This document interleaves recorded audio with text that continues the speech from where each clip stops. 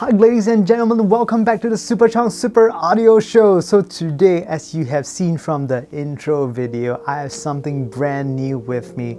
That's right, today I'm going to talk to you about the Lotoo PAW S2. So this video will be more of a first impressions on the Lotoo PAW S2. I have just got it in the mail and I haven't listened to it enough for me to give you my real impressions on the PAW S2. But with that, let's carry on with the unboxing. Let's go!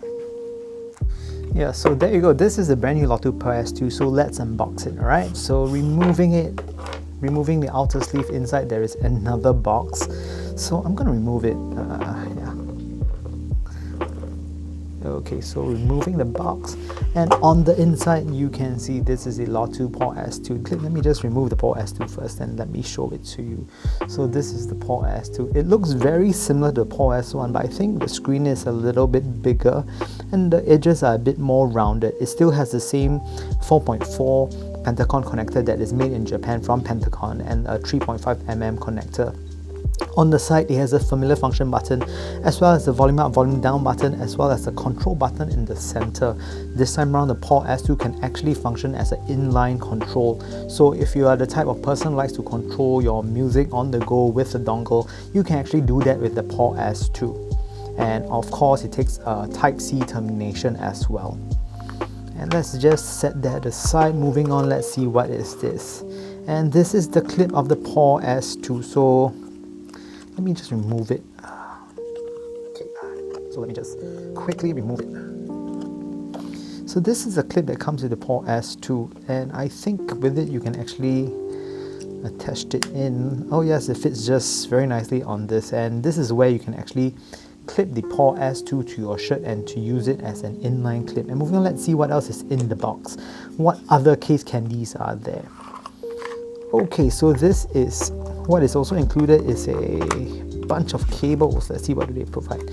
Also, this is a USB Type-C to Type-A converter. So if you're using it as a desktop DAC, you can actually do that. And I think also inside supplied would be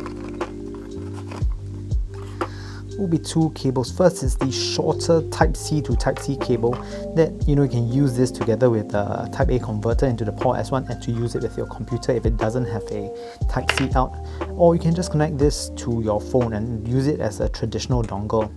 So this is what I find to be really cool with the PAW S2. What Lotoo has also provided is a longer Type-C cable, and this is, well, I think really interesting.